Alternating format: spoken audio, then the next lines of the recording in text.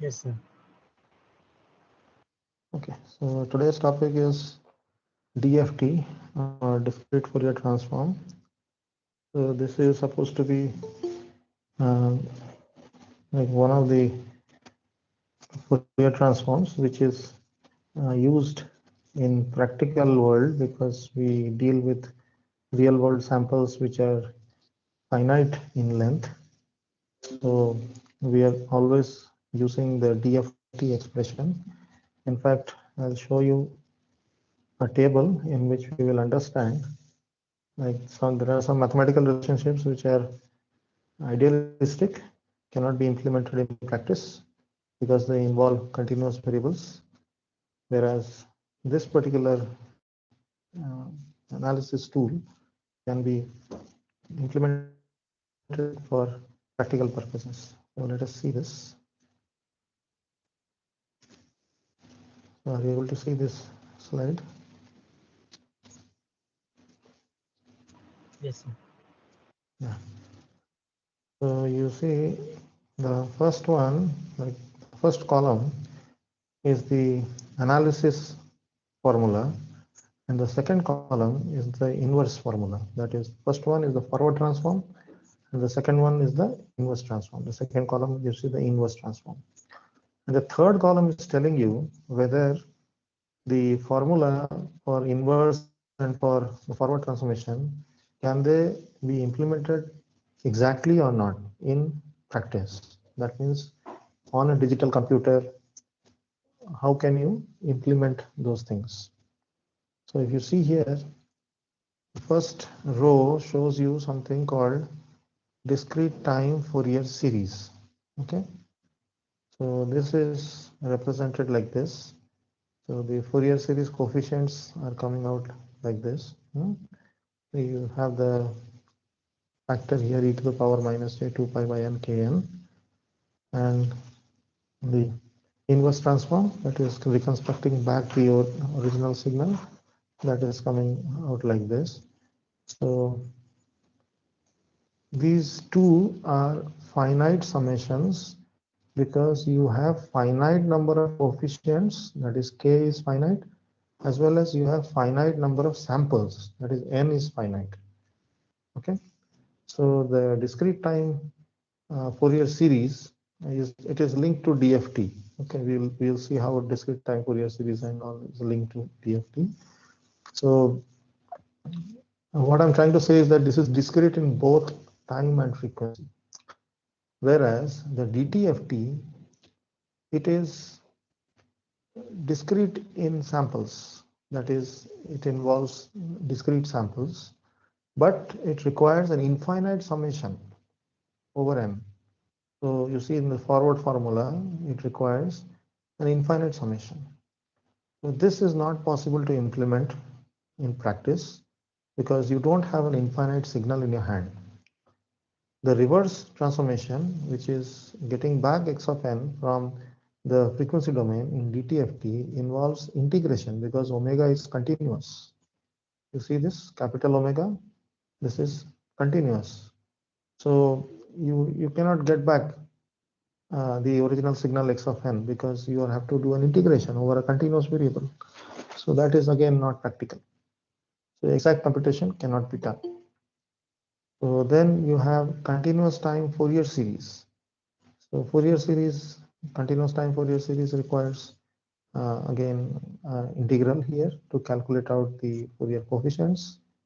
And here you have an infinite summation where you use the Fourier coefficients to sum the exponentials and create a weighted sum of these exponentials having multiples of the periodic or the multiples of the fundamental period, and you are trying to create back the original continuous time signal. So here it involves an infinite summation. So for both these cases, you are not able to do in practice. And the third case, continuous time Fourier transform, everywhere you have continuous variables and you have integrals.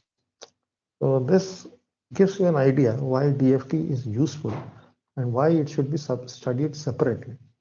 Okay. Otherwise, we could have just said that okay, it is another Fourier transform. So it's just a trivial thing. So it is nothing trivial. It requires a detailed study, and DFT is different from DTFT or Fourier transform, and it has its own peculiar properties because of the discrete nature of frequency as well as time. Okay, is somebody waiting?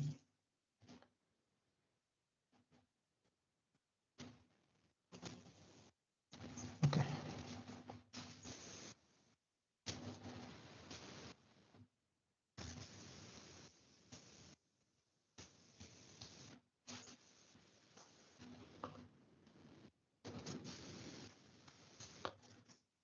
So now there is a small notation here that we have to be a little careful about.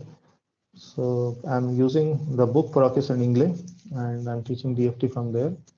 And you can also refer to Manolakis and Porrakis. So that also has a very good description of DFT. So we are using a notation tilde over a variable to emphasize that a sequence or a function is periodic. So suppose if I write x tilde n plus n, it means that x tilde of n is a periodic signal. Similarly, if it is a continuous variable, xc tilde t plus t naught is equal to xc tilde. And this will also hold for Fourier coefficients. Suppose ck is the Fourier coefficient, it will be a complex Fourier coefficient. So again, it is periodic. And x e to the power j omega, which is the DTFT, that is also periodic. So we see that the equations for discrete time Fourier series involve computation of a finite number of coefficients or samples using finite sum of products. Therefore, they can be evaluated exactly by numerical computation, and all other series transforms can be computed only approximately because they involve infinite summations or integrals over continuous variables, and therefore you have difficulty in evaluating them. So now let us look at the algebraic formulation of DFT. So the formula for the DFT involves this factor. So we'll see why this factor is a little bit typical and what is the importance of this factor. So you get a periodic or aperiodic sequence. Suppose you have n samples from a periodic or aperiodic sequence, then the n-point discrete DFT that you get, that produces xk, and you will see that there is an inherent periodicity in xk. That means xk is periodic with n. It is of length n and it is periodic with length n, given whatever xn of length n. This is something that we will look at just a little bit later. And just I'm trying to point to you out that given a signal xn, that is in time domain, of length n, that is n going from 0 to n minus 1, this chunk of the signal is picked up from a periodic or an aperiodic signal. Okay, doesn't matter. But when you compute its DFT, you will always get an n-point DFT using this formula, and that n-point DFT will be periodic in nature with period n. Okay, just keep this in mind while I introduce the notation. So here you are summing with respect to n. Okay, n is varying, and you are producing one coefficient x of k. So like that, you will have to compute for various k. Now here you have fixed k as equal to 0, for example. K is going from 0 to n minus 1. So if you fix k as equal to 0 in the right hand side and you calculate this summation, then you are going to get x0 on the left hand side. So similarly, you will have to do it for x1, x2, x3, like that up to x of n minus 1. So you will have to evaluate this right hand side n times to calculate n point DFT of a n point discrete time signal. Is this clear? Is this clear, everyone? Yes, sir. Yes, sir. So it is a little inefficient to use this formula. That is why we have FFT or fast Fourier transforms, which is nothing but a fast implementation of this DFT formula. This is the connection between FFT and DFT. FFT is not a new Fourier transform, and DFT itself is nothing great or new. It is derived from DTFT, and we'll see like what is the connection between DTFT or Z transform and DFT. And it is just that in DTFT you have the frequency axis as continuous, whereas the time is discrete. But here both are discrete, time as well as frequency. That is the difference from DTFT. So given n DFT coefficients and the n sample values xn can be recovered using the n point inverse DFT. So the inverse DFT can be written like this. In some books, you will find that they use 1 by square root of n here and 1 by square root of n here. So that is also there in some books. Why do they do that? That we will come across in the next set of slides, where I will talk about a matrix representation of DFT. So there we will understand some properties of that matrix and why that's 1 by square root of n is important. Okay, so is this clear? So again, you see here to compute x0 to x of n minus 1, you have to evaluate this right hand side n times with the fixed value of n, but k going from 0 to n minus 1. So now there is one more thing that I just wanted to tell you before I go to the next slide. For some cases, if you imagine this, okay, it is a little premature, but maybe some of you know about this. Have you heard about separable transforms? Anyone? Have you heard about the property of separability of the complex exponential? Anyone? Okay, generally we teach this in image processing whenever we teach Fourier transforms of an image. So why I'm telling you this is that we don't do this brute force evaluation of DFT in practice. We try to do a faster implementation. Why I'm telling you this is because, see, for every k, you have to evaluate the, you have to multiply this x of n with this complex exponential, and you have to do it for all n. That means for 1k, you are doing it this computation n times. Okay, so you are in fact doing order n square computations. So that is too much. So we want to reduce that number of computations, and that can be easily done because we realize that this complex exponential can be split. You can write this as e to the power minus j 2 pi k by n, and if it is an image, then you will have actually two terms here. You will have 1 e to the power minus j 2 pi by n k in 1 into n1 plus e to the power minus j 2 pi k2 n2. Okay, you'll have two terms out here because n1 and n2 will be the axis of an image. So then what you can do is you can do the Fourier transform along the rows once and along the columns again. That is something that we teach in image processing, just to introduce the idea of separability of this complex exponential. Complex exponentials are supposed to be orthogonal to each other. So if you multiply e to the power minus j 2 pi k n into e to the power minus j 2 pi k or ln, the k and l are different, then you will see that they will cancel out. So complex exponentials are supposed to be orthogonal. They are orthogonal functions, and therefore you can use that property to do a separable transformation. So for an image, we use that property and we try to make DFT faster instead of calculating it like over like both rows and columns. So there, for an image, for example, if you have a 200 plus 200 image, then you have to calculate 200 square DFT coefficients. That is the problem. So 200 square means you can imagine how many number of computations you have to do. So here, if it's a 1D signal, suppose it is a 50-point signal or a 200-point signal or a 300-point signal, you can imagine that it is a speed signal. You have taken x of n from a speed signal. So there, the number of computation is less. The moment you go to an image, the computation just shoots off exponentially. So we have to access some properties of complex exponentials, and we have to resort to the fast Fourier transform. So that is the thing that I just wanted to tell. Now this is the summary slide. So whatever I just described earlier, it is written here. So what is happening is that you have a discrete frequency index k, which corresponds to a discrete set of frequencies omega k. So omega k is equal to 2 pi by n. And these like 2 pi k by n, where k goes from 0 to n minus 1. And like we will see that you can get the DFT from the DTFT, which has a continuous spectrum, by sampling that spectrum. So that will come to a little later. So this is the DFT pair that you get. And here you have factor W. W is called the twiddle factor, and that is equal to e to the power minus j 2 pi by n. Sorry.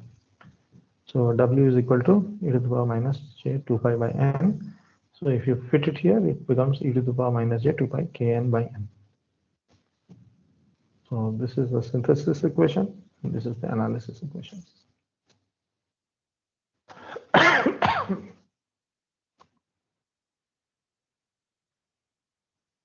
Okay.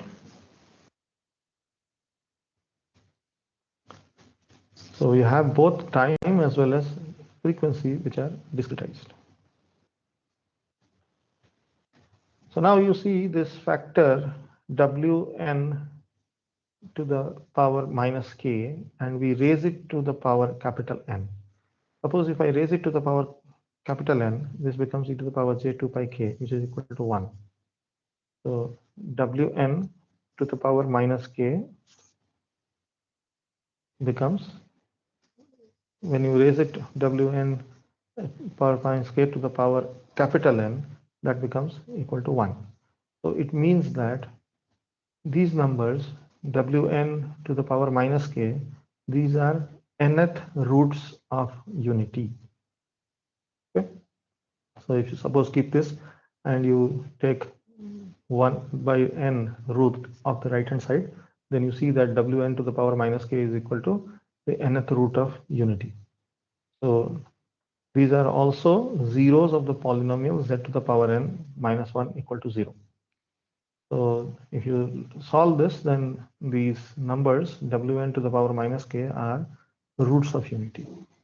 And they are actually complex numbers, and they are like n roots of unity.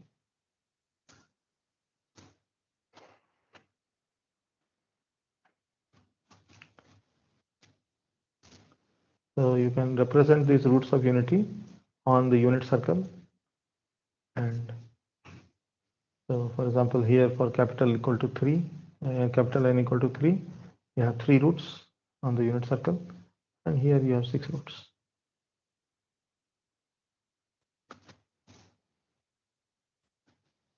Now this is the most interesting part of this chapter, which leads to higher mathematics. So Fourier transforms come under what is called unitary transformations. So Fourier transform is a special case of a unitary transformation. So unitary transformations, they are linear transformations, and any linear transformation can be represented by a matrix. So we will see where is the matrix in this DFT calculation. So we have xk getting calculated with this particular formula. So for one particular coefficient k, or one particular value of k, you have this expression which is written out as a weighted summation. Xn or Wn kn is being weighted by xn. So you can write it out as a row multiplying column. Xn multiplying out this row. So this row into this column gives you x of 1. Similarly, x of 2 can be obtained by this row multiplied by this column. So what is happening is that you can write out the calculation of x0 to xn minus 1 as a set of n linear system of equations. So this is a system of equations. There are n linear equations, and you have a system of n linear equations which can be represented in a matrix vector format. And this matrix vector format leads to capital X subscript n equal to W subscript n into small x subscript n. So this capital X equal to Wx is the representation of the DFT in the matrix vector format. Okay, is this clear, everyone? So in MATLAB, you can generate the DFT matrix by using the command dftmtx.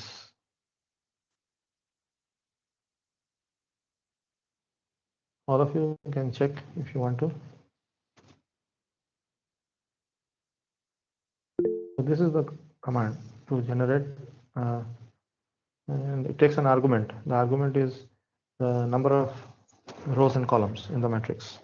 So it was always a square matrix, and it is going to give you the DFT matrix, which is exactly this matrix, W matrix, and this matrix has some properties. So you can imagine that this DFT formula, that analysis formula, is a linear transformation from a signal vector x n, small x n, to a DFT coefficient vector capital. You are being taken from small x to capital X, that is, you are going from time domain to the Fourier transform or the Fourier domain through a linear transformation, which is represented by that matrix W. Now, first property that we note is that this matrix is symmetric, and this matrix is made up of complex numbers. All these numbers are complex. Okay, Wn to the power. So what is this exactly?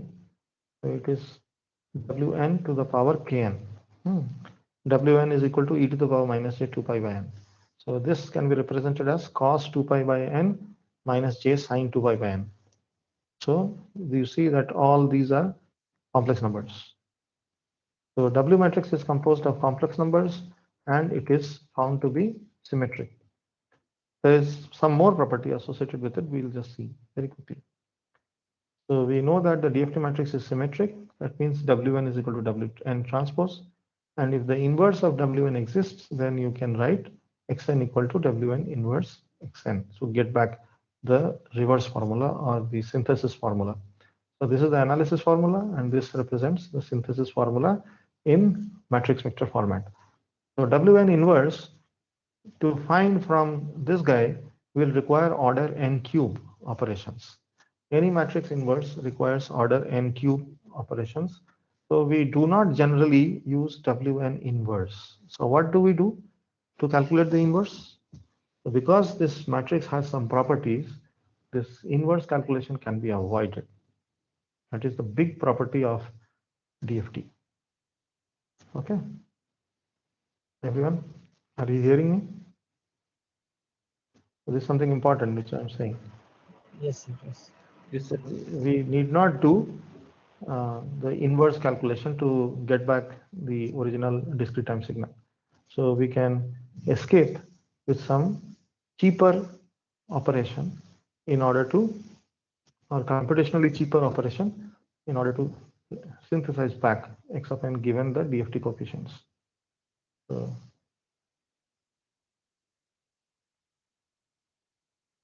suppose I denote small wk as the kth column of the DFT matrix.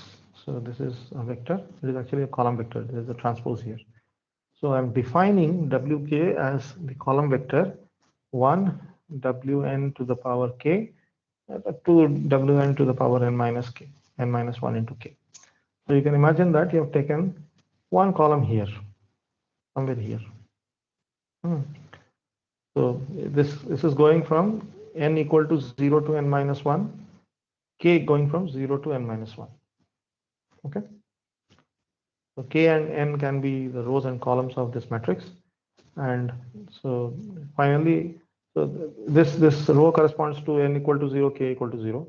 This corresponds to like k going from 0 to n minus 1, but n equal to 0. So therefore all ones.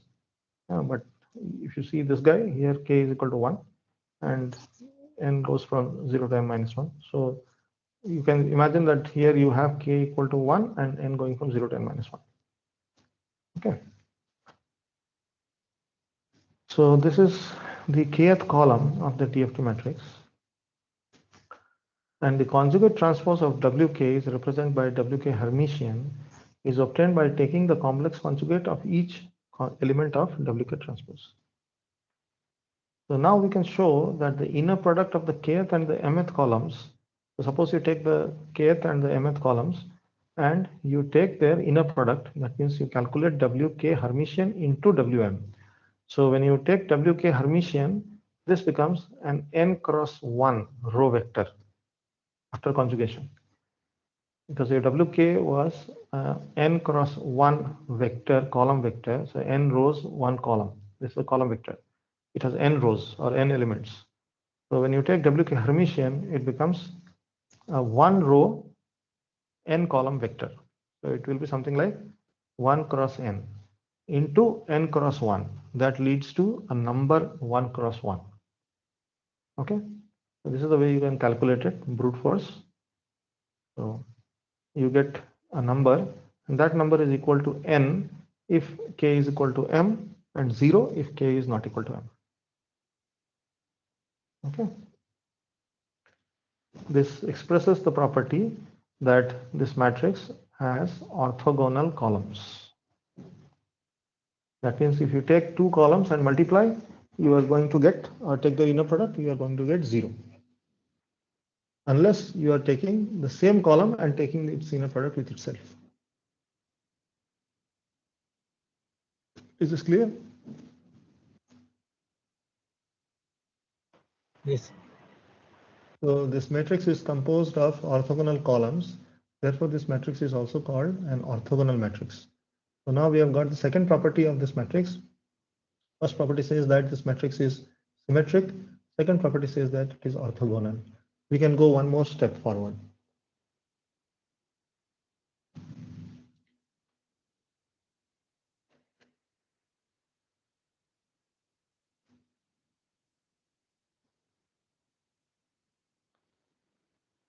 So the columns of the DFT matrix are usually orthogonal vectors, and we can see that the elements of the matrix C equal to Wn Hermitian Wn are given by these inner products, and this leads to this identity. So Wn Hermitian Wn is equal to n into In.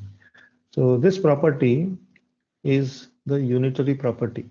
That means if you take a matrix W or take any matrix A and take its Hermitian, that means you're taking conjugate after taking the transpose of that matrix. So you take the matrix, you take the transpose of the rows and the columns, and then you take the complex conjugation of each element. So you have got the Hermitian of that matrix. Then you multiply that Hermitian and that will turn out to be equal to an identity matrix. So therefore, this property, which is satisfied by any matrix, for example, here it is satisfied by Wn, then Wn becomes the unitary matrix. So the DFT matrix that we have while computing DFT of a discrete time sequence is a unitary matrix.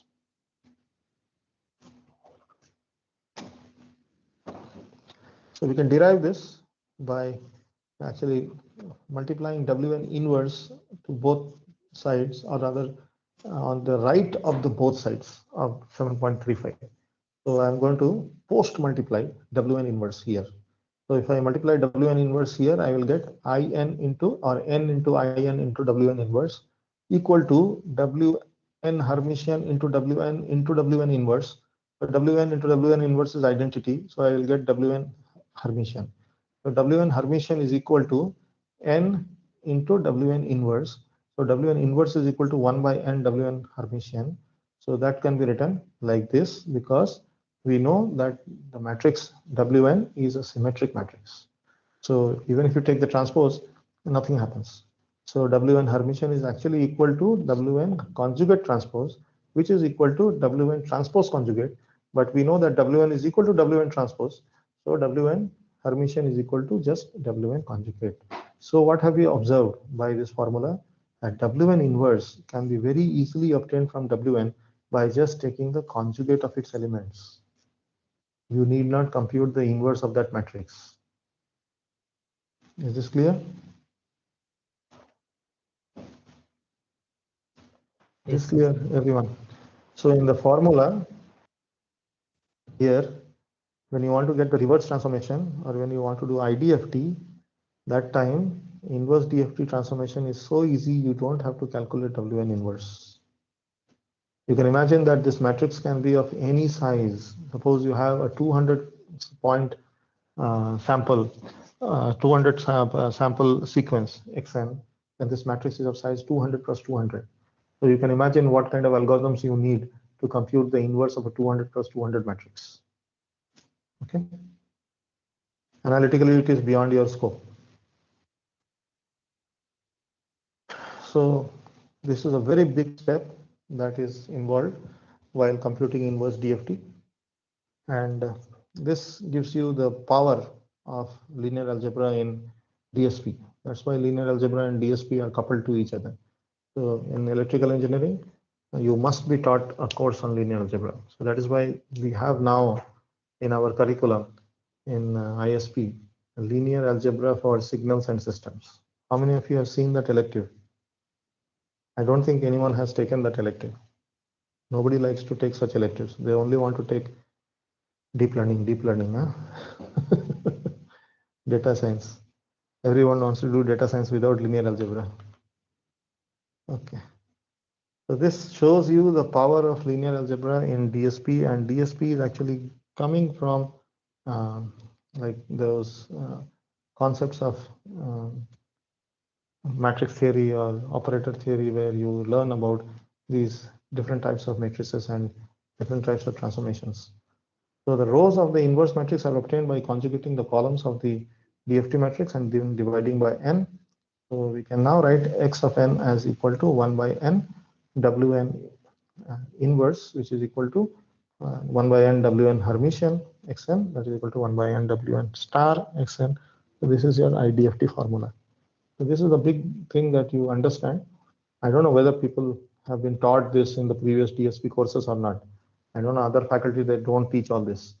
But I always teach unitary transformations whenever I'm teaching Fourier transformations, because we start with unitary transformations in image processing. Whenever you work with images, you have to use unitary transformations. So unitary transformations are very beautiful. There is one more property which I will tell about unitary transformations. Have you heard about the Parseval's theorem, everyone? You've heard about Parseval's theorem? Yes. Yes, sir. Now, I'll give you a small homework. Can you prove the Parseval's theorem using this property of this DFT matrix? Can you show a proof of the Parseval's theorem by using this unitary property of this DFT matrix? Can you all try? I'm not asking you to do it right now, but I'm asking you to think about this. These are very powerful concepts. Like, many students are not told this. I don't know why the faculty don't teach all this, but these are very powerful concepts. Basically, the Parseval's theorem says that the energy of the signal in the time domain and the energy of the Fourier coefficients, they are the same. Is it not? If you express in a sentence the Parseval's theorem, you forget the mathematics. What it says physically is that the energy of the signal does not change when you go from one time domain to the Fourier domain. Is it not? Have you not seen the Parseval's theorem for the Fourier series, Parseval's theorem for the Fourier transform, Parseval's theorem for all kinds of transformations, right? Have you come across Parseval's theorem in various forms while you studied signals and systems? Yes, yes. So mathematics is different. The coefficients are different. The integrals are different. The summations are different. But always it is that the final right-hand side is equal to left-hand side, and the left-hand side shows you the energy in one domain, and the right-hand side shows you energy in the other domain. Okay. Can you prove that the unitary property of the Fourier transform matrix or the DFT matrix can be used to prove the Parseval's theorem? One more property I will tell you. Suppose you have a vector x. You can imagine that this small x on the right hand side, can you all see my cursor? Yes. Can you all see this cursor? You imagine that this is a vector of 3 elements, x0, x1, x2. Okay. Now, if you want to represent this vector in 3D space, how will you represent it? I will represent a vector having 3 components in 3D space. What will you do?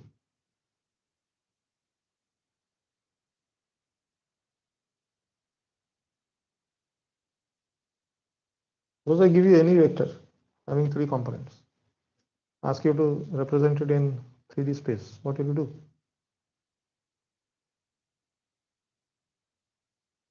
Anyone? How will you create a vector?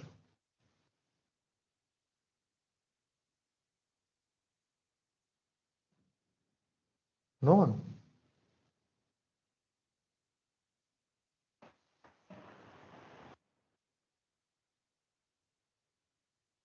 You will just connect the origin with the 3 components representing the coordinates in the 3D space, isn't it? That will be your vector.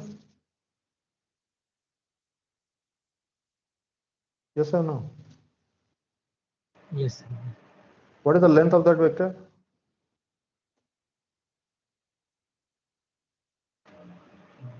The square root of 3 elements.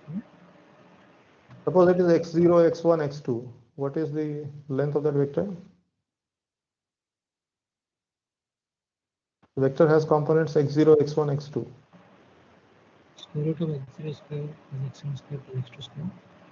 That is the length. What is the length of the DFT coefficients? Capital X0, capital X1, capital X2. You can imagine that there is another Cartesian coordinate system where you have K as the Fourier domain, and that is in the frequency domain, and you have 3 components, x0, x1, x2, and you have another vector. So that can be represented as square root of capital X0 square plus capital X1 square plus capital X2 square, isn't it? Now, can you write the length of a vector as an inner product? Anyone?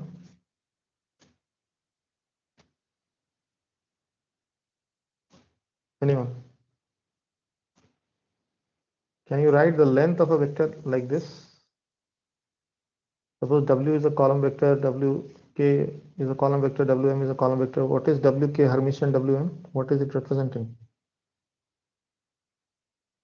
Anyone?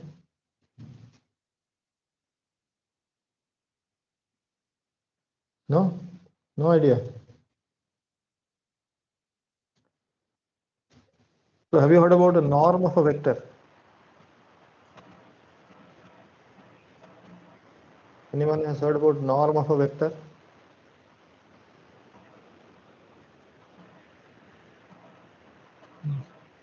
No.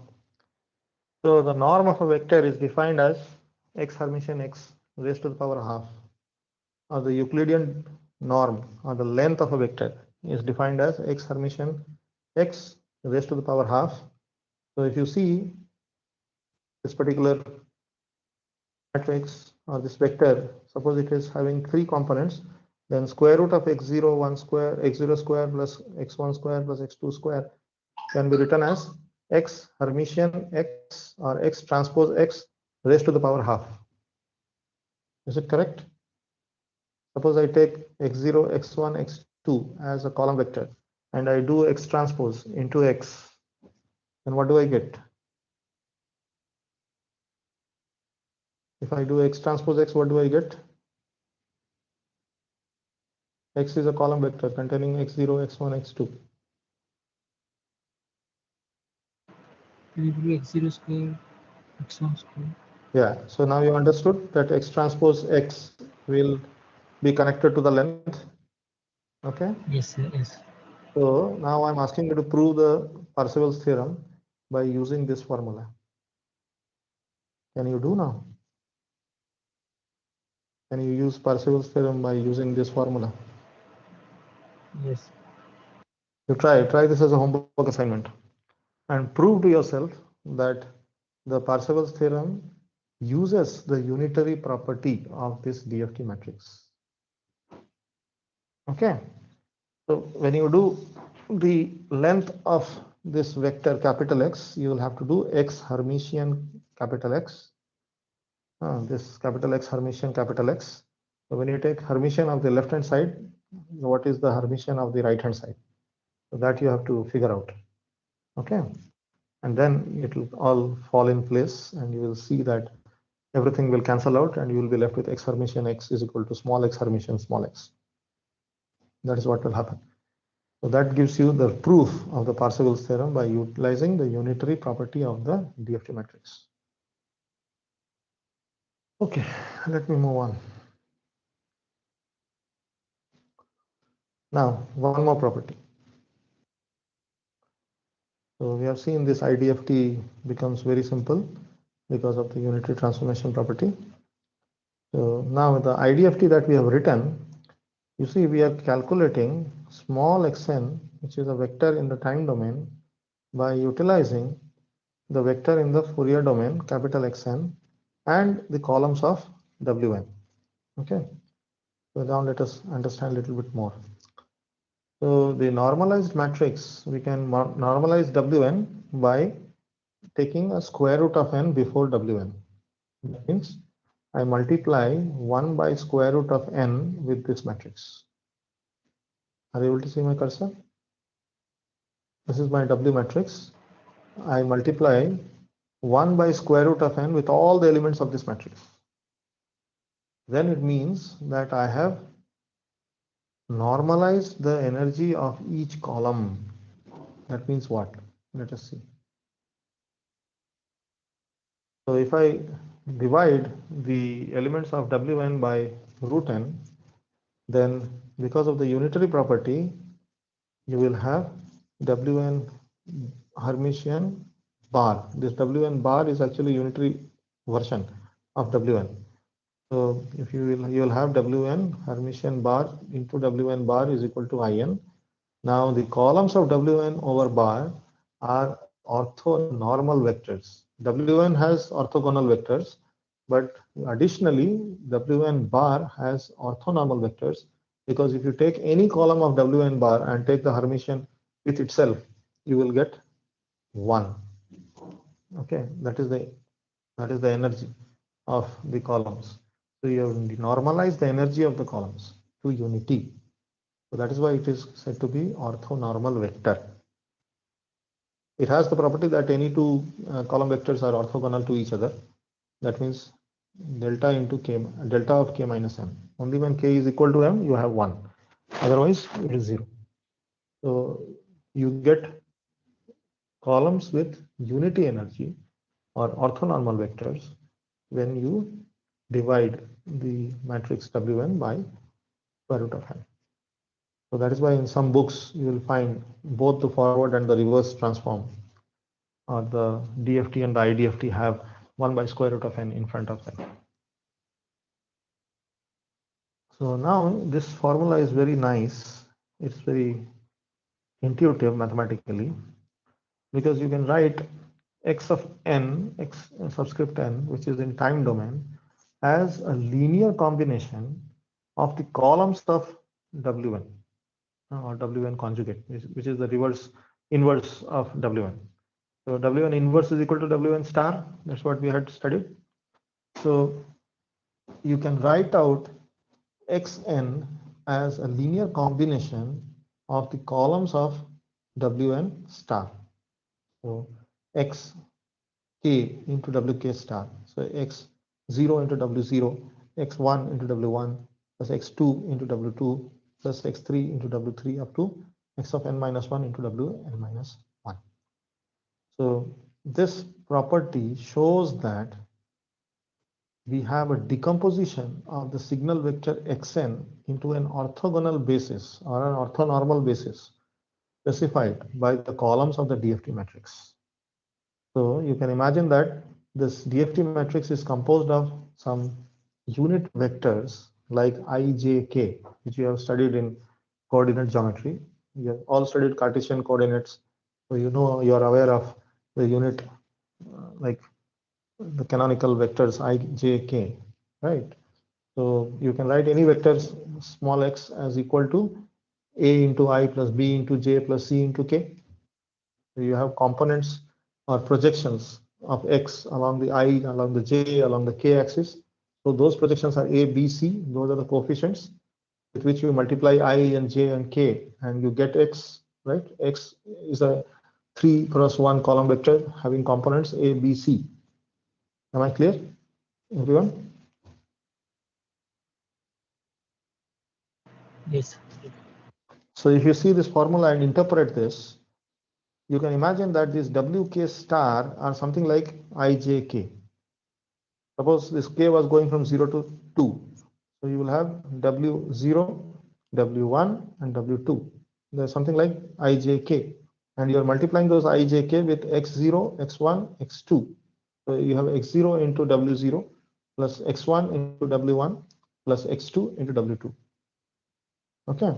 So that's how like you have an expression where you have a decomposition of xn into its spectral components, which are xk, and a linear combination of these columns of W inverse brings you xn. So now W inverse columns, the columns of W inverse, they are spanning a space, and therefore they become the basis vectors. Okay, you see how linear algebra enters, and it creates such a nice, beautiful picture. It is just Fourier transformation, nothing else. Okay, you're going from time domain to frequency domain. But this Fourier transformation is so nicely interpreted with linear algebra. So all the column vectors of the Wn inverse matrix can be thought as a basis of some space. So let me just read out this. This formula provides a decomposition of the signal vector xn into an orthogonal basis specified by the columns of the DFT matrix. And each basis vector is a finite length complex exponential sequence. And its contribution to the representation is equal to the corresponding DFT coefficients, that is xk. So just like Fourier series. So if you just think of Fourier series, in Fourier series you have x of t is equal to summation k equal to minus infinity plus infinity ck e to the power j k omega naught t, right? So ck were the Fourier series coefficients, e to the power j k omega naught t, where omega naught is equal to 2 pi by capital T. That represents the complex exponential. That complex exponential has a fundamental period, capital T, and harmonics of that can be generated. So you can imagine that there are there are cosines and sines having various frequencies, and your time domain signal is broken into components along or projections along those cosines and sines of various frequencies. And when those cosines and sines of different frequencies, they are weighted by the Fourier coefficients or the Fourier series coefficients and summed up, then it comes close to x of t. That is the idea here also, that you are using Fourier series, Fourier coefficients, DFT coefficients, xk, and you're weighting those columns of Wn inverse and creating back xn. I hope this is clear to everyone. If you want to read more, I can refer to you to a book where you can get more ideas.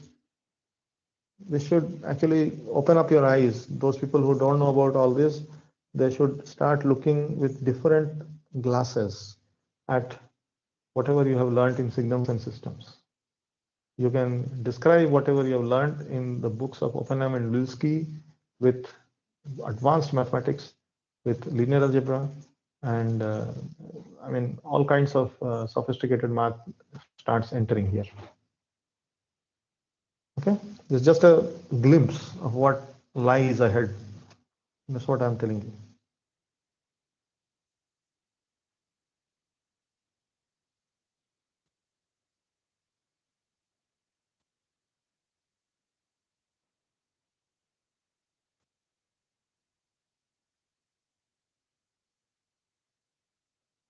Okay, so just a small note. Computation of DFT or computing the DFT or its inverse involves a matrix by vector multiplication, which requires order n square operations. So this is the thing that we want to ease while we do FFT. So if we study FFT, we'll see that the number of operations will reduce just to keep this in mind, order n square. Okay, please make a note of this. DFT, direct formula computation, requires order n square. You can imagine if you have a 200 by 200 image, then that n is actually 200 into 200. So order n square means 200 into 200 whole to the power 2. Okay. So you can imagine how many number of mathematical operations are required just to Fourier transform a 200 cross 200 image. 200 cross 200 image, you hardly can, like when you see it on the screen, it occupies a very small square, of an area of a very small square on the screen. 200 cross 200, it's not very big.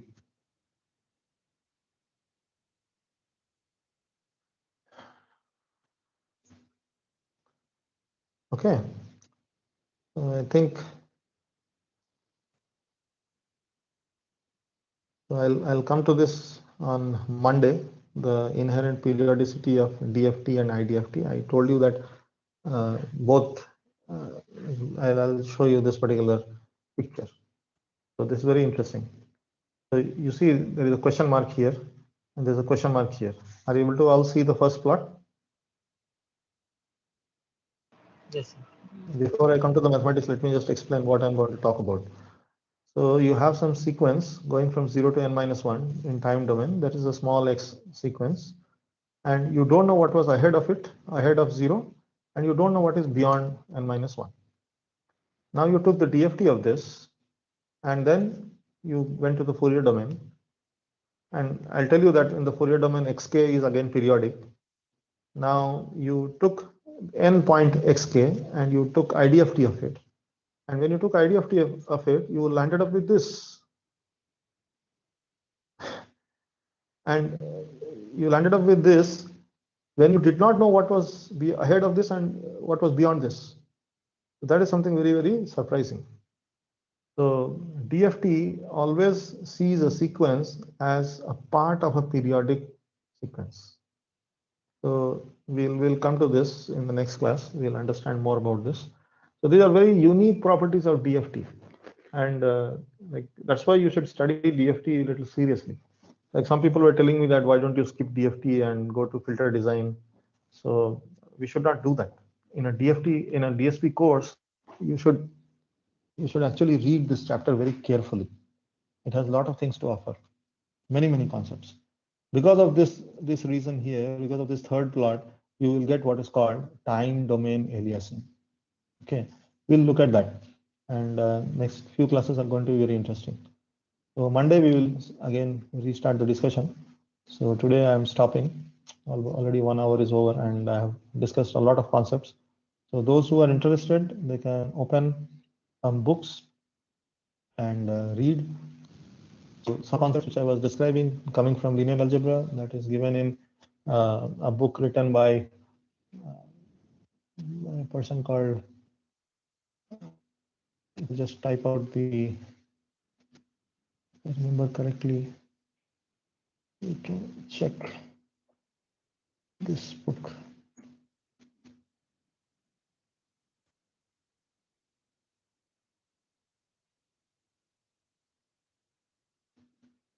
There's one more author to this book, but if you just Google this, you should find this book. I don't know, you are all sitting at home, you don't have access to a library, but there are many books which talk about these mathematical concepts. And this particular book which I am telling you is one of the easiest to read, and it has many big concepts given very simply. And that's why I am referring this book to you. So all those who are interested to read, they can. I think the title of the book is Foundations of Signal Processing, if I'm not wrong.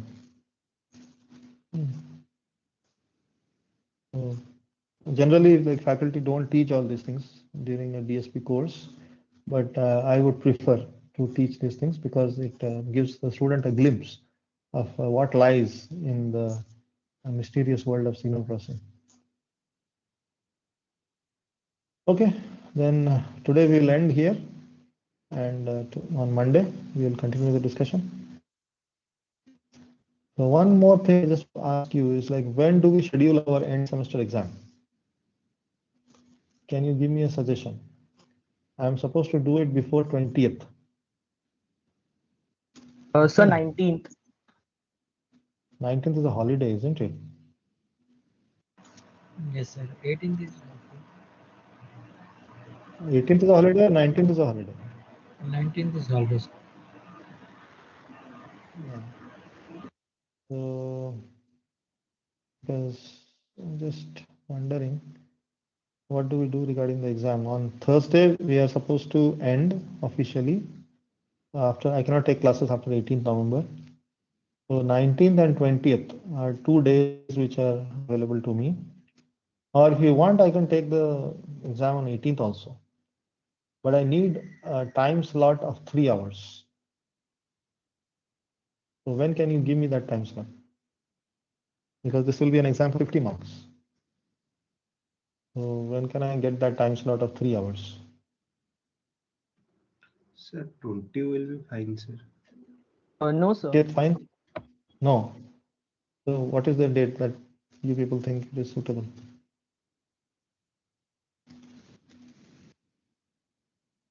If you are saying 19th, I can go for 19th also. I don't have any great sacred, holidays are holidays, but exam is an exam.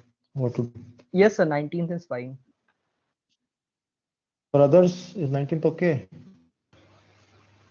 Yes, sir. Yes, sir. Sir, on 19th already we have an exam, sir. On that day, sir. Okay, so then Thursday, 18th? We have an exam, another exam on 18th, 5 to 6. Then we are ending up on 20th, isn't it? Plus, some 20th, of then us, we must have the exam. sir, some of us are having data analytics test on 20th. Okay. Then I don't have a choice. Like I have to take a exam on a day on which you have another exam. What else can I do? Because we have to have this exam. You have 50 marks to answer. So what do we do?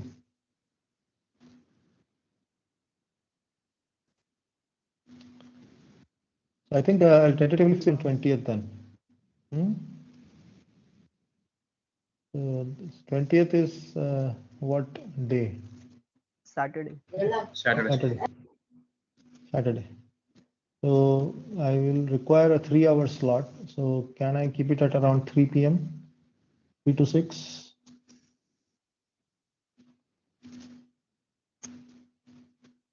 On Yes. 20th? Yes, sir. 3 to 6. I'll circulate out a mail today saying that I'm tentatively keeping your end semester on 20th, 3 o'clock in the afternoon. Sir, why not 19th? Means from 3 to 6 like that. Some of the students are opposing. Yes, So we already have that exam scheduled from 3 to 6 on 19th, Friday. Yeah, so Yes, sir. somebody already have it. So I cannot Because, do on 19th. I can, sir, because a lot of us are having placement test on Saturday as well. So that creates a problem. yeah, I know, but if you already have an exam from 3 to 6, how do you write an exam again? Do you want to write an exam from on that day? You want to write 2 exams? I don't have a problem. I can keep it on Friday. Sir, or it can be possible that from 12 to 3 on Thursday. Yeah, I can keep like, but others. If anyone don't have a problem. So you can keep this on Friday morning slot from 9 to 12 something like that. Yeah, that is fine also. Okay. So you want to write 2 exams on one day, Friday?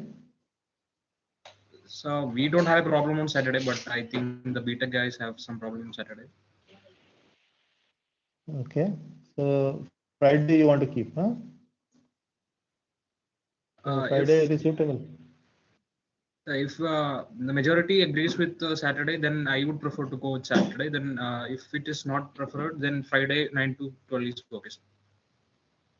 So we are kind of converging to Friday, huh? Friday 9 to 12.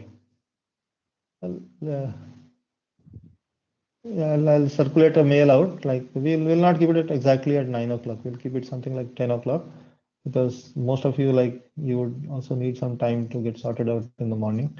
So 10 to like 1, we can have that slot on Friday. Friday is what, 19th, isn't it? So 10 to 1, I can hold the exam. So let me send out a mail tonight. I hope everyone will agree, and then we can like make it official. Okay. So Friday morning slot, it's not possible for us. Why? What happened? We have one group presentation Group presentation. project.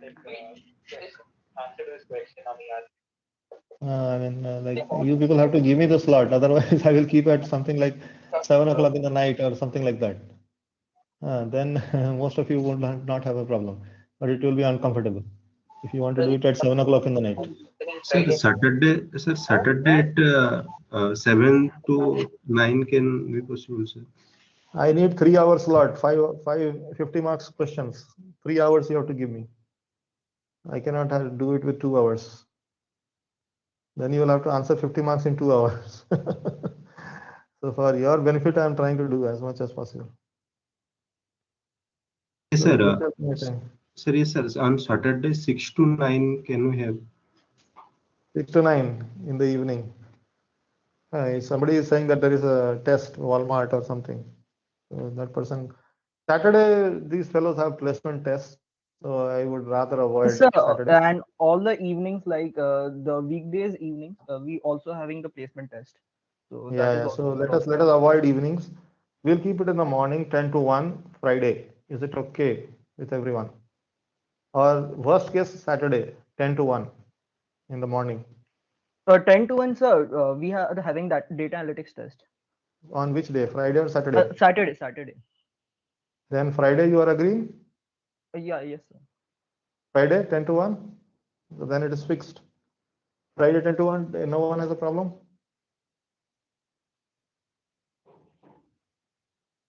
So I'm kind of converging, huh? Friday 10 to 1. Okay. So I will send out a mail just now to everyone saying that Friday 10 to 1, we are going to have the end sem exam. Okay. So I'll send out the mail right now from ERP to all of you. Friday 10 to 1. Okay then. So I'm just ending the class. I'm sending out a mail. Those who have a problem, they can respond. So we can discuss on Monday. Okay. Thank you. Thank you.